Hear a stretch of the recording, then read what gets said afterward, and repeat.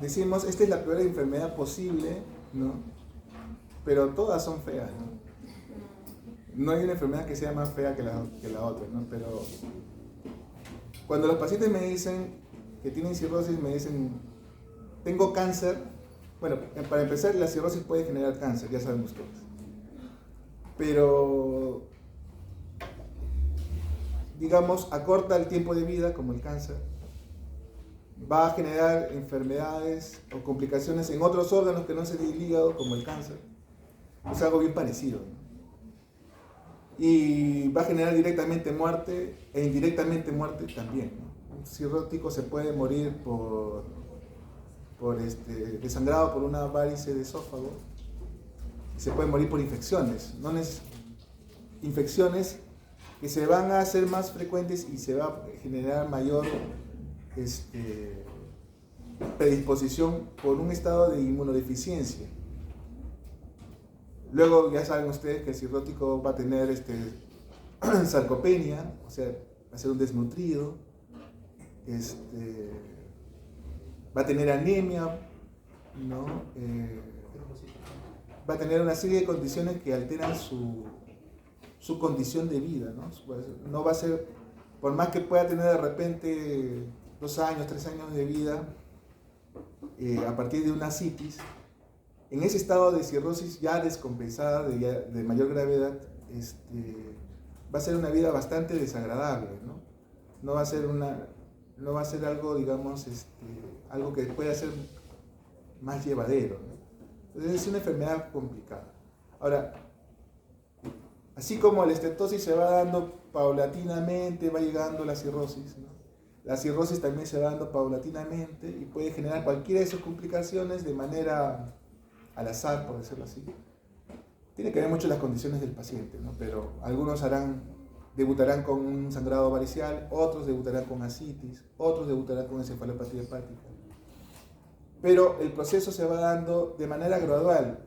Ahí han visto F1, F2, F3, que es lo que se ve en el hígado, pero en la persona, digamos, en una persona que de repente era un diabético o un obeso que no tenía mayores alteraciones propias de la cirrosis, estas se van a ir dando, puede llegar ya al estadio de cirrosis F4, pero todavía su estado general no llega a las complicaciones. Puede pasar muchos años de una manera, digamos, inadvertida, no saber que es cirrótico.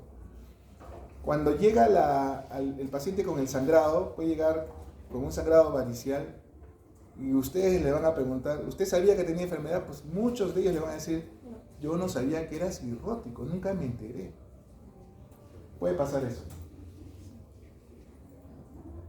Bueno, las características de la cirrosis, pues que además que el hígado se hace chiquito, duro, con estos micronódulos, directamente uno lo puede ver. Eso que se ve en la microscopía o que se ve directamente en las ecografías o en las tomografías, ustedes lo van a ver también.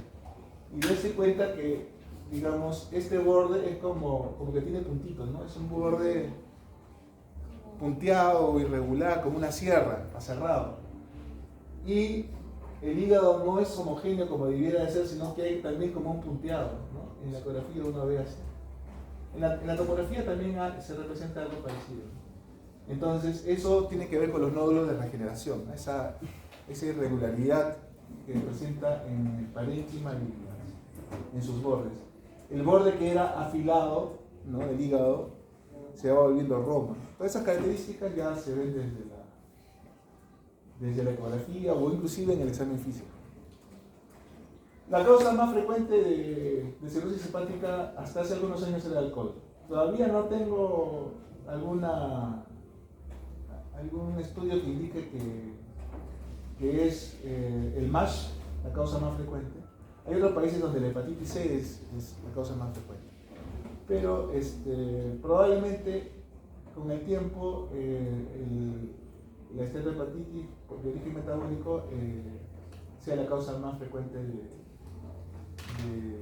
cirrosis hepática, ¿no? Pero también hay que considerar las otras, ¿no? Cirrosis primaria, hepatitis B, etc. Entonces el proceso es lento, en años, muchos años. Habíamos dicho que para una persona alcohólica con consumo crítico le tomaría 10 años, en una persona con estetosis puede ser más, estetosis estetosis metabólica puede ser unos 20 años. Lo mismo que en la hepatitis C pueden ser 20 años. Entonces es un proceso largo de muchos años, cuya consecuencia final es la cirrosis o el carcinoma hepatocelular, ¿no? Acá puede ser el alcohol, el MASH, el virus C, enfermedades autoinmunes, colestasis crónica, etc. Lo que habíamos visto ya en la primera clase, también lo que habíamos visto en la primera clase, que bueno, hay una noxa que genera activación del sistema inmunológico y eso activa las células esteladas que comienzan a generar fibras de colágeno y que se depositan como fibrosis, ¿no? Estas células esteladas se convierten en miofibroblastos. Se altera la célula endotelial, que de ser fenestrada se convierte en no fenestrada, y hay muerte celular de los hepatocitos, disminuye la masa hepatocitaria, con lo cual disminuye la función hepática. Lo mismo también aquí, ¿no? Las células de Kupffer que se activan y modifican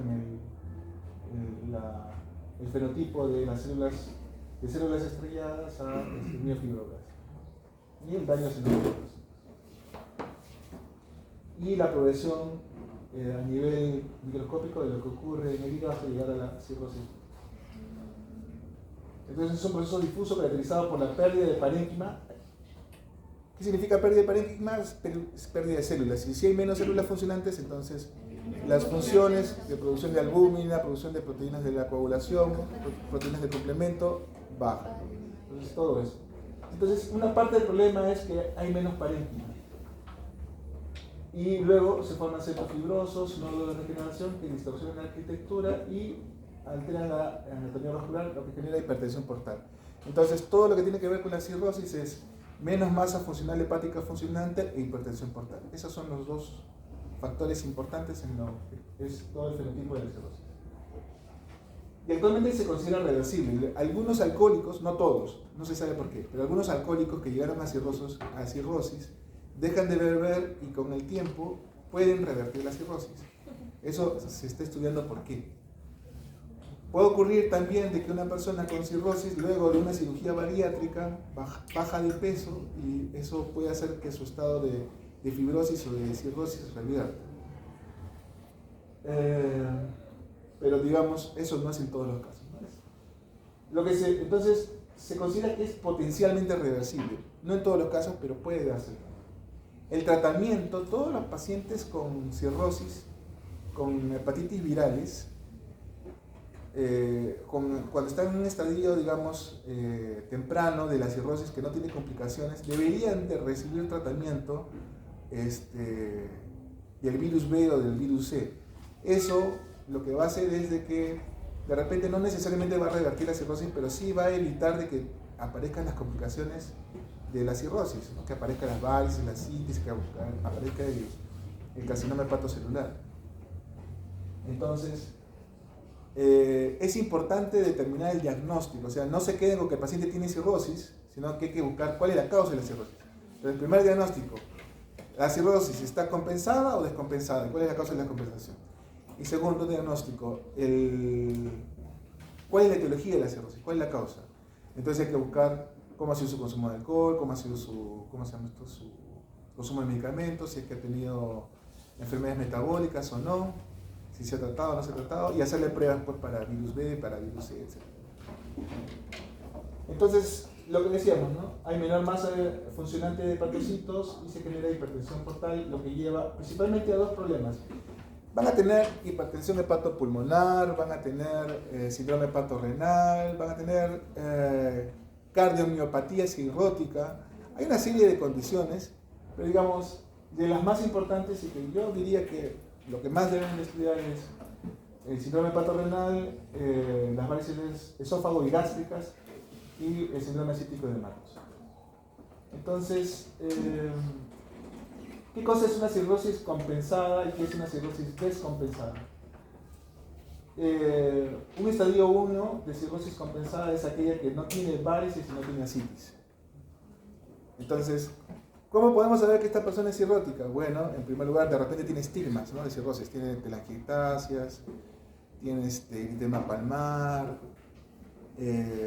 se palpa un hígado duro, le haces una ecografía y en la ecografía el hígado aparece, como lo hemos visto, con los bordes romos, ¿cómo se llama esto? El parénquima heterogéneo.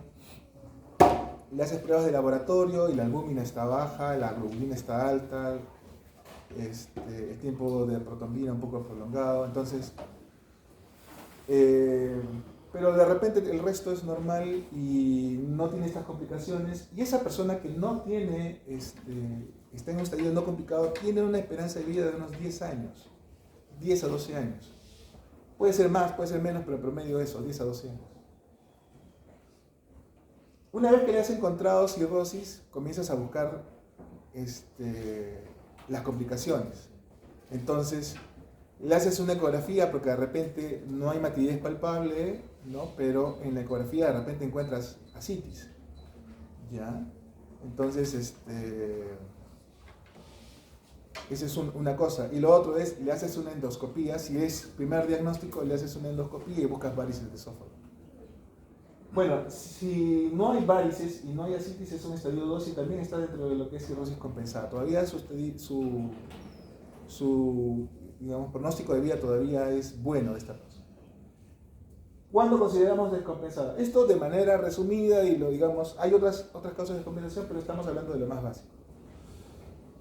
¿Cuándo hablamos de descompensada? Cuando hay ascitis y nada más. Si hay ascitis, ya ese paciente tiene descompensación. Es una cirrosis descompensada. ¿Por qué? Porque la alteración circulatoria es tan severa que lleva a que tenga líquido en el abdomen. En estas dos no. Esto es un marcador de daño ya muy severo del hígado. Tener ascitis, sea cual sea la cosa, sea cirrosis o no sea cirrosis, es algo grave. ¿Cuáles son otras causas de ascitis que no sean cirrosis? ¿Qué más? ¿Qué más?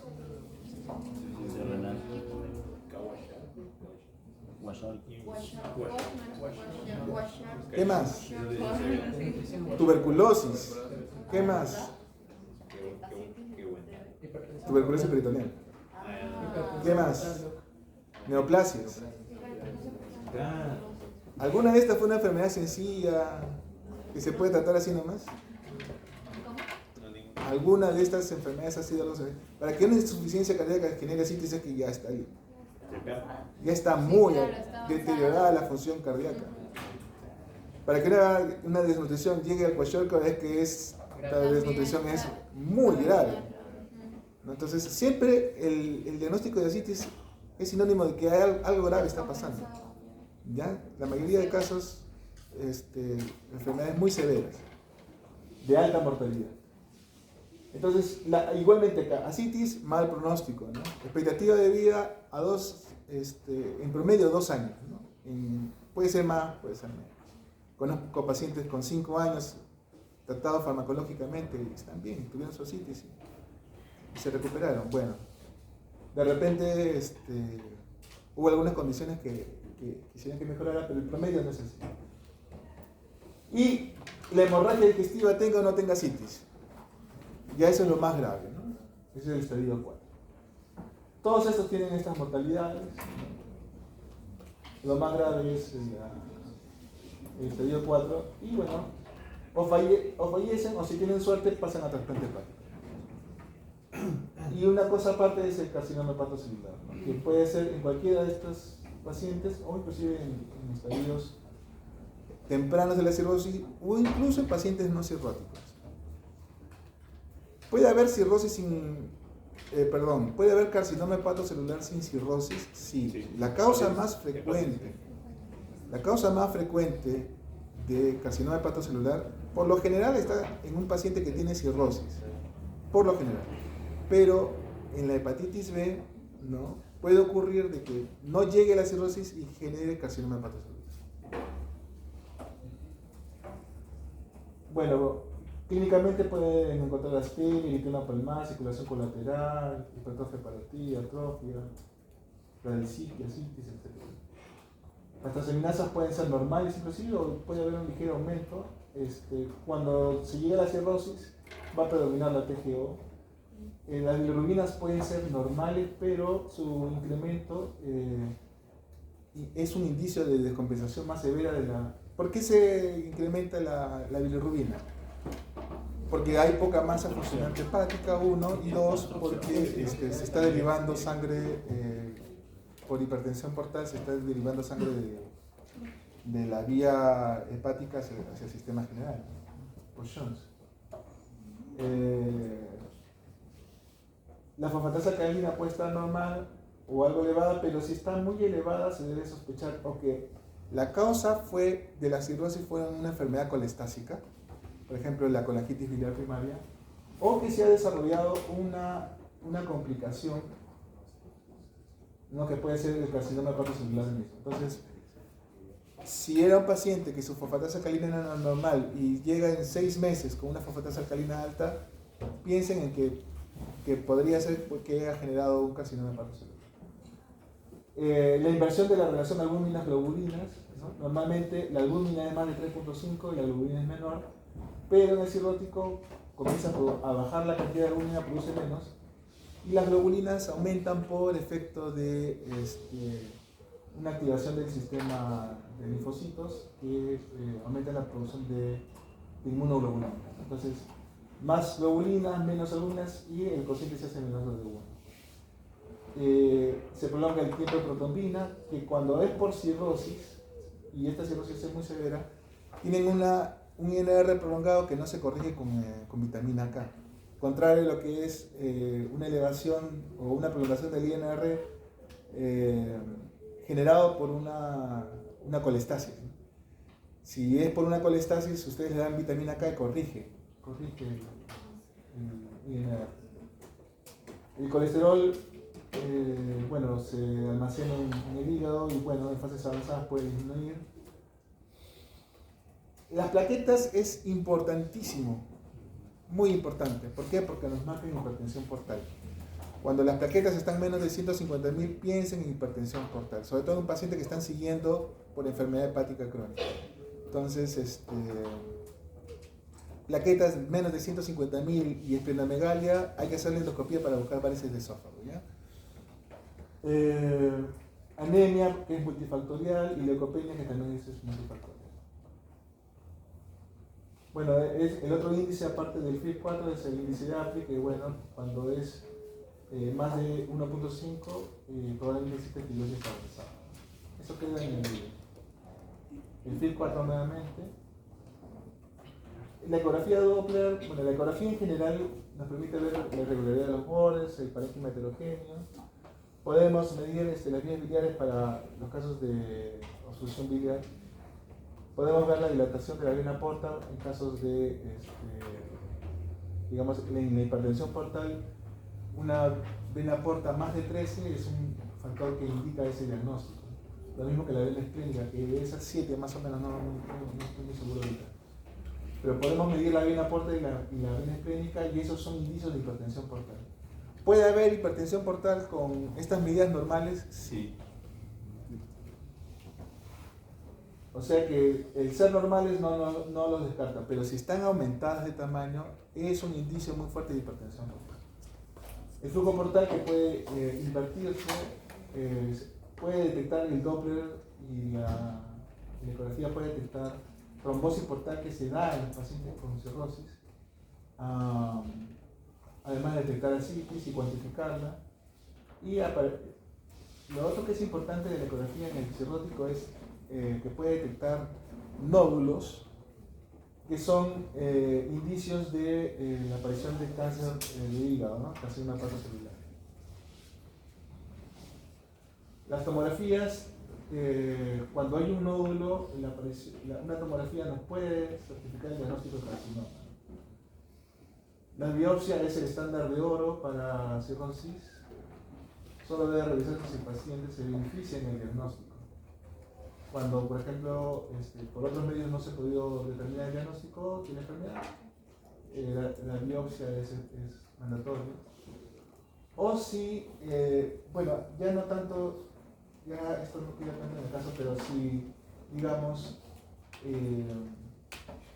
la biopsia va a servir para un tratamiento, bueno, ahí debería de hacerse.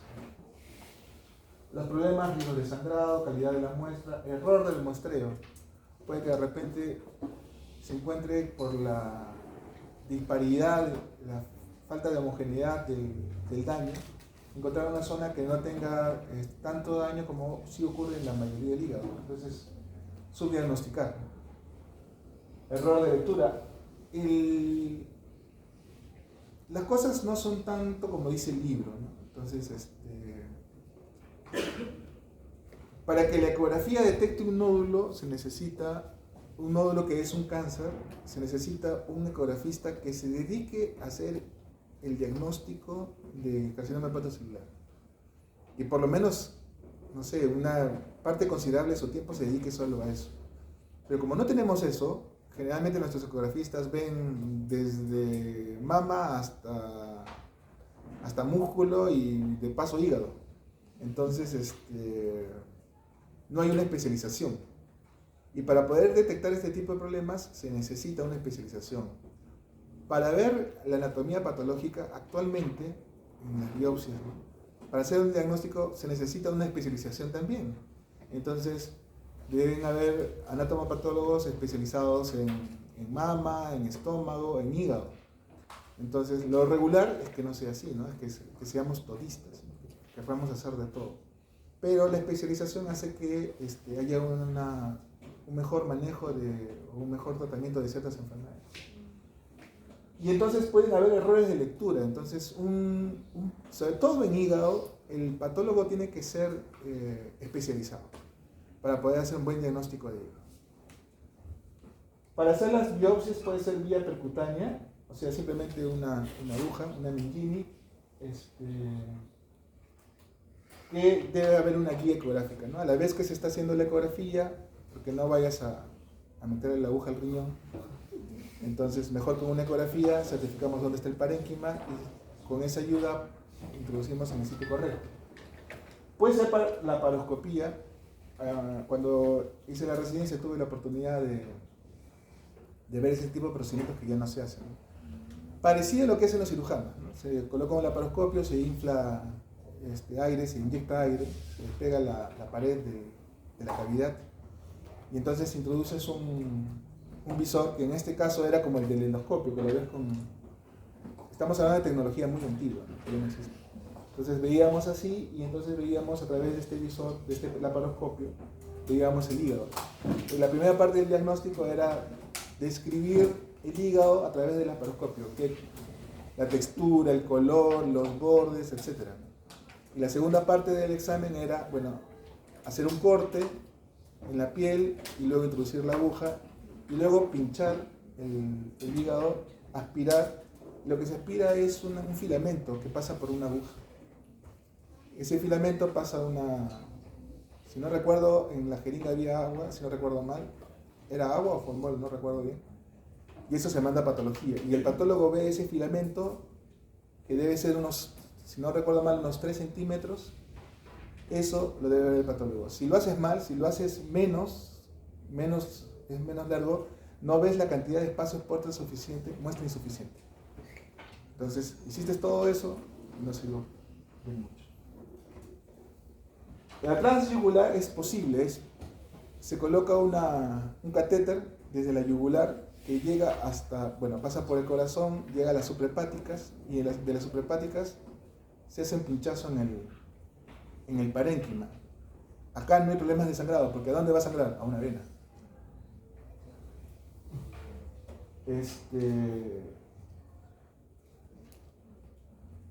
Que digamos, aumenta cuando hay necesidad de hacer una biopsia, aumenta la indicación, sobre todo si hay ascitis. ¿Cómo vas a hacer la paroscopía si hay ascitis? Es un poco complicado, tendrías que retirar el líquido, después hacer la laparoscopía, etc. Si te va a sangrar porque el INR es muy prolongado o las plaquetas son muy bajas, entonces, ya les decía, ¿no? El pinchazo va a sangrar a una vena, o sea, donde hay sangre. O en pacientes que son obesos mórbidos, ¿no? Nuevamente, la laparoscopía, difícil en un obeso mórbido, un IMC más de 40. Entonces, a través del catéter, más fácil. Ya, esta es cómo llega el catéter, ¿no? Pasa por la vena suprahepática y el pinchazo del parénquima que va a ir nuevamente, el sangrado va hacia la vena, o sea que no pasa nada. La fibrosis por elastografía, ¿no? Que es una máquina actual. Mira, hace un tiempo estaban en $150.000 una de estas cositas, ¿no? Que viene con esta cosa que es con la que se aplica sobre la pared y hace la medida. No es una sola medida, hay que hacer varias medidas y lo que se toman son promedios. Actualmente esto debe dar por unos $100.000, aunque han venido unos chinos de $50.000. Bueno, no sé. El asunto es de que ese alto precio de $150.000, $100.000 hacía que sea, digamos, un poco difícil hace algún tiempo ver FibroScan. Pero verán ustedes que ahora ya hay varios sitios que están haciendo FibroScan, ¿no? Todavía el costo es alto, pero con el tiempo esa tecnología se va a popularizar y entonces es como la tomografía. Cuando yo estaba haciendo medicina como ustedes, la tomografía era algo exótico, ¿no? ¿Quién podría ser? Recuerdo en mis clases de neurología, estamos hablando, ustedes no habían nacido, el año 92, 93. Ya, Hospital 2 de Mayo, encima Hospital Sin Recursos. Y nuestro profesor era el doctor César, creo que era Calderón, ya me olvidé su apellido. El asunto que el doctor hacía tal, ustedes han visto lo que es la semiología y neurología, ¿no? Sí. Es bien complicada, ¿no? Yo no sé si la harán como la hacían antes. El doctor hacía un examen neurológico de 1 hora y determinaba el punto exacto de la lesión, ¿no? El sitio de la venita que puede, solamente con el examen neurológico. Y como gran cosa sacaba la tomografía, de todos decíamos, ¿qué es eso? Sí, tomografía. Al fin veo una, ¿no? Era recontra exótico, no se conocía. Entonces, y nos señalaba pues que después de 1 hora, de verdad, no les miento, 1 hora de examen neurológico, y él ya sabía, digamos, ¿no? Porque él tenía las placas. Nos ponían las placas, se confirma el diagnóstico semiológico. Ahora, trátalo. Ahí viene el problema. La endoscopía digestiva alta, ¿para qué nos sirve? Bueno, para la detección de varices, que pueden ser esofágicas, gástricas. Hay una condición que se llama gastropatía hipertensiva, que son lesiones, digamos, de microvasos que generan una estructura en mosaico o una forma de unas líneas como de serpiente, que no solamente está el hecho de que ve uno una cosa así media simpática en el estómago, sino que estos sangran también. Entonces, pero sangran de manera mínima, no sangran como una varice, sangran de a poquitos, ¿no? Pero pueden ser causantes de anemia. Y bueno, si es el caso, pues requieren de su tratamiento también, identificación y tratamiento.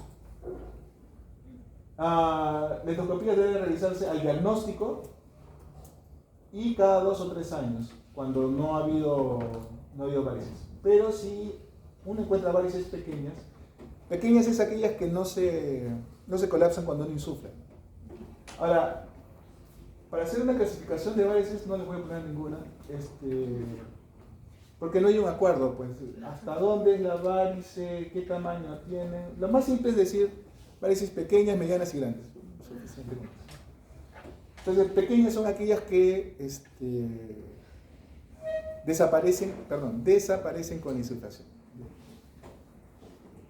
Y bueno, estas varices, además la endoscopía permite la endoligadura, el tratamiento de las varices, que puede ser ligar las varices o hacer una escleroterapia o obturarlas cuando se trata de varices gástricas. Y vamos a hablar de eso. ¿Qué tan severa es la enfermedad? Entonces, aparte de decir si es compensada o descompensada, necesitamos un score que nos diga qué tan severa está la enfermedad y algo como, por ejemplo, la creatinina. Entonces, tú puedes hacer una depuración de creatinina y con menos de 10, ya, me parece que es menos de 10, ¿no? Ya que el paciente pasa a hemodiálisis, ¿no es cierto? 15. Con 15 ya, con 15 ya es sobreaviso y con 10 ya lo pasan, ¿o cómo está ahora? Con 10 el trasplante, 15 ya es pero para que ya en un futuro hagan diálisis. Claro, pero Con 15 se le aviso, pero con 10 ya lo pasan a hemodiálisis, ¿no? Más o menos es así, sigue siendo así, ¿no? Creo que sí. Pero, a ver, usen algo en el hígado para una prueba, una que nos sirva, como la creatinina, para ver función hepática, ¿no? O sea, tienes que combinarlas. ¿Por qué? Porque han visto que es como un río, pero que se va así, no como un delta. Unos se van para la encefalopatía, otros se van para las varices, otros se van para la citis, etc. ¿no? Entonces, hicieron este score de Child. Cuando lo hicieron fue para ver pronóstico de un tratamiento que era la degeneración espinoportal. Pero sirvió tanto que se quedó hasta ahora. Entonces, lo que usa es encefalopatía, citis, bilirrubina, albúmina y el INR. Bueno, antes el tiempo de protombina, cuántos segundos se prolongaba, y actualmente el INR, ¿no? Que es más estandarizado. Entonces, los puntajes van del 1 al 3 en cada uno de estos ítems. El máximo puntaje es que tenga 3 en estos 5 ítems, o sea que sería 15. Y el mínimo puntaje es que tenga 1 en cada uno de estos, que sería 5. Entonces, para la encefalopatía es que no la tenga o que la tenga muy severa, los extremos.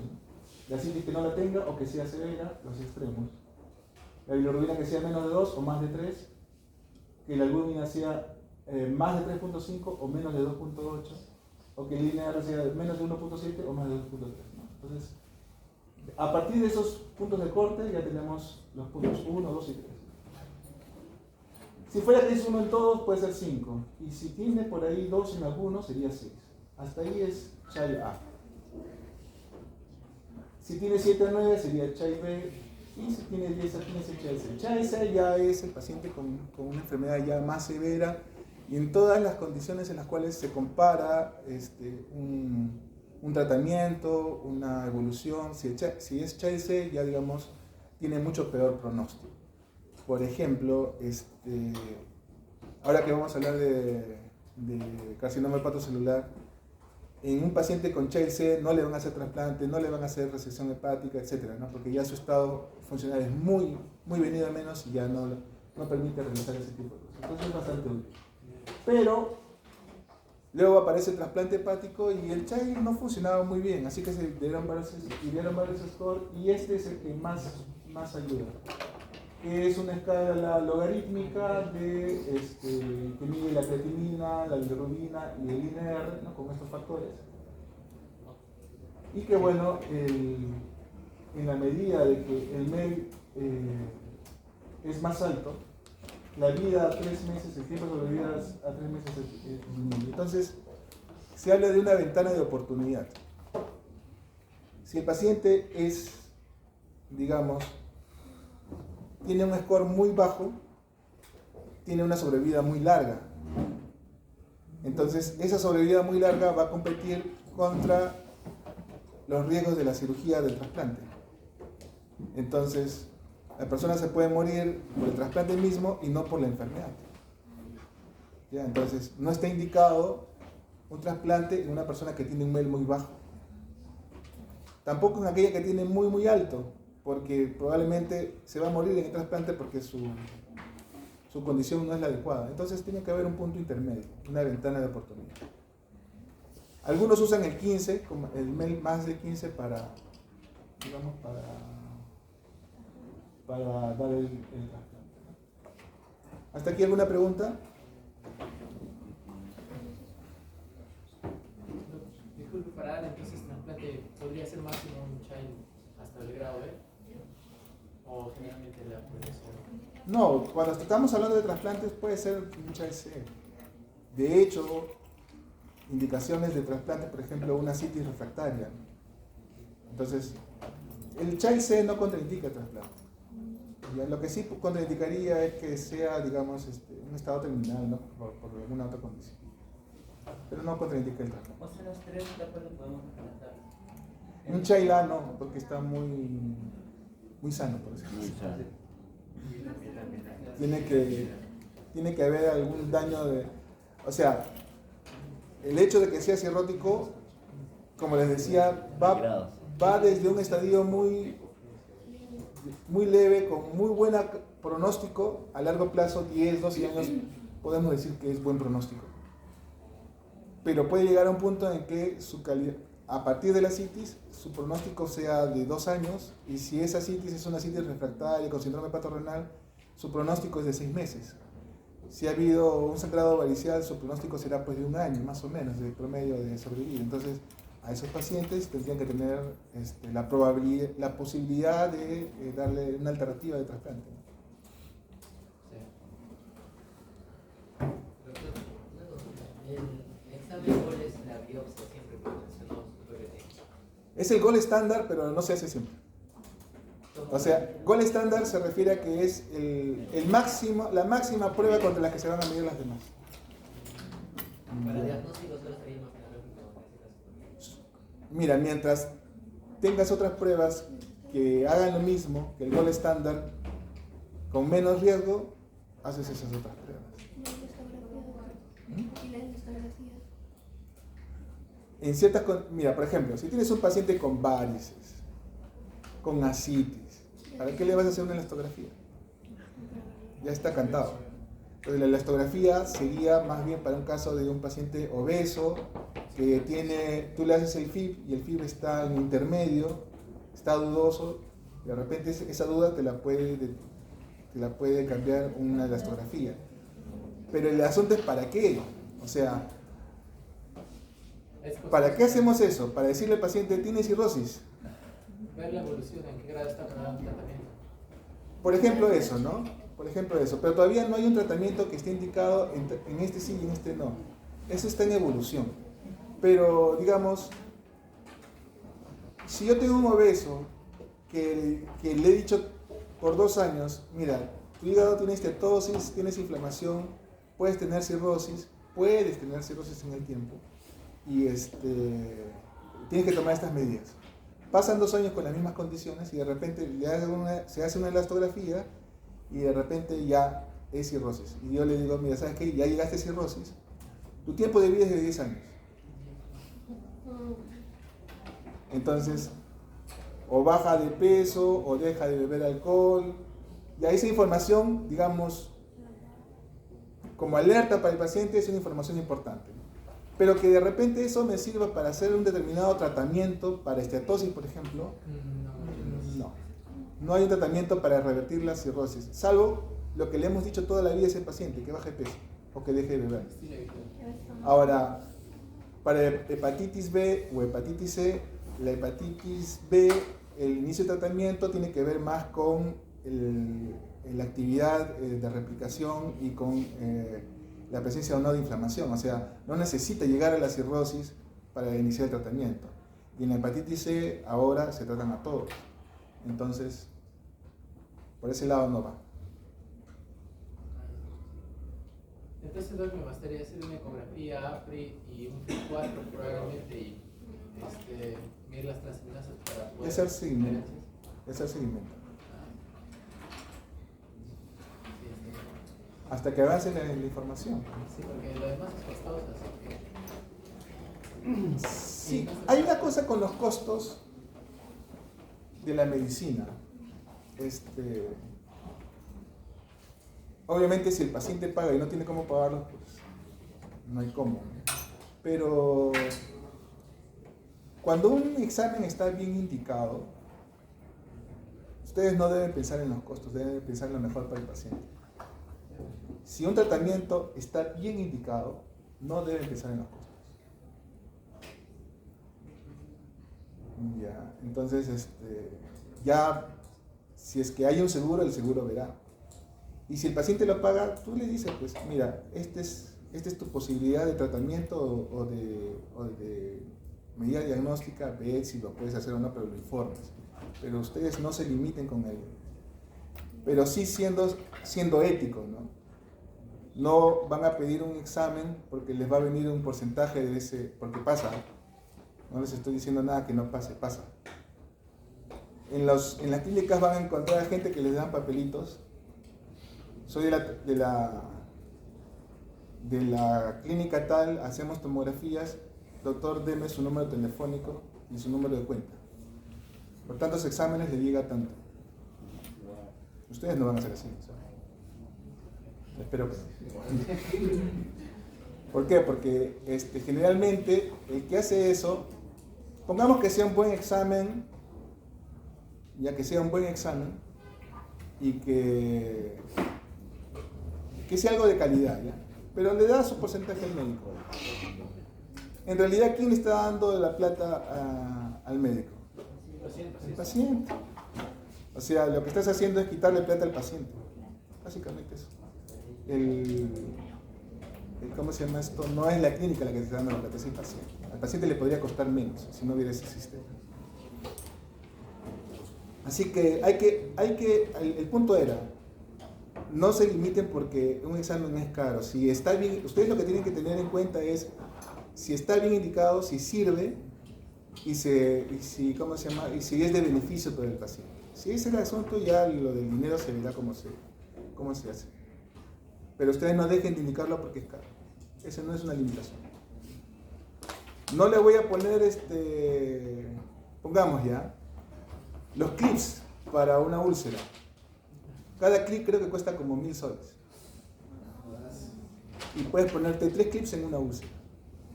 Son 3.000 soles. Ah, pero le ahorraste transfusiones, le ahorraste tiempo de hospitalización y el paciente, era mejor que otros tratamientos. Ah, bueno, esto era mejor. ¿Ya? Entonces, no es que le vas a ahorrar algo al paciente. Tú tienes que ver lo que es mejor para el paciente. ¿Ya? ¿Quieren un descanso o seguimos? Break. ¿Ya? Sí. Lo que diga, ¿qué dice la delegada? Ya, seguimos entonces. A pedido de...